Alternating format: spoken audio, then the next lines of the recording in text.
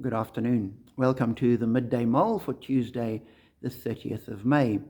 Following Robert Murray McShane's reading scheme, we're working our way through the book of Deuteronomy, today reading chapter 3, which is a puzzling and unsettling chapter because Moses is reviewing the history of the people. And in the beginning of the chapter, he describes how they conquered Og, king of Bashan. And in verse 3 we're told, "So the Lord our God also gave into our hands Og, king of Bashan, and all his army. We struck them down, leaving no survivors." So there was a war and a fight, and the army was destroyed. But then the Israelites took the territory of Og, king of Bashan. And it continues a little later, looking at the cities. It says, "All these cities were fortified with high walls and with gates and bars, and there were also a great number of unwalled villages. We completely destroyed them, as we had done with Sihon, king of Heshbon, destroying every city, men, women, and children. But the livestock and the plunder from their cities we carried off for ourselves."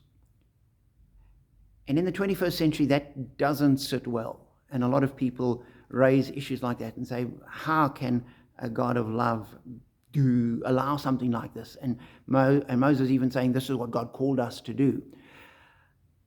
And I'm not sure what the answer is, so you'll have to wrestle with it yourself. My perspective is that it's we have a God of love, but we also have a God of justice.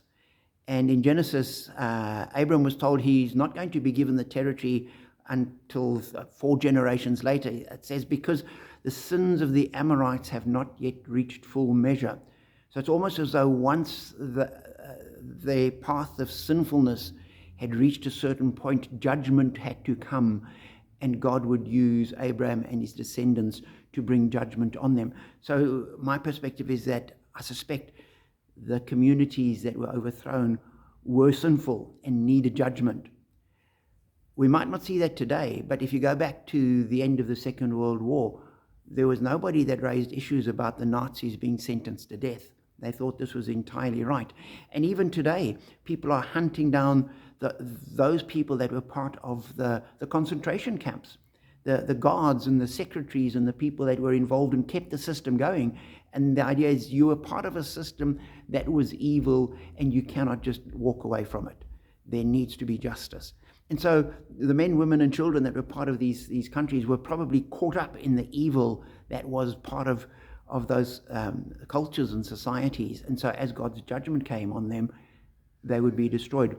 God was stamping out the evil, bringing the Israelites in to establish a just and right society based on his commands. They never quite got it right, but that, I suspect, was the intention. So my perspective is we serve a God who is loving and compassionate, but a God who is just as well, a God who holds people to account. And in the world today, so many people say, why doesn't God do something about injustice? But in the Old Testament, when he does something about injustice, no, we don't want that. And we actually need to just trust that God is loving, God is just, God does what is right.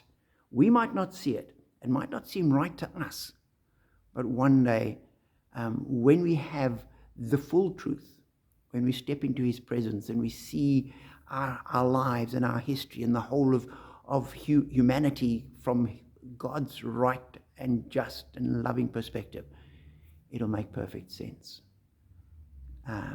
In the meanwhile, we hang on in faith. Be blessed.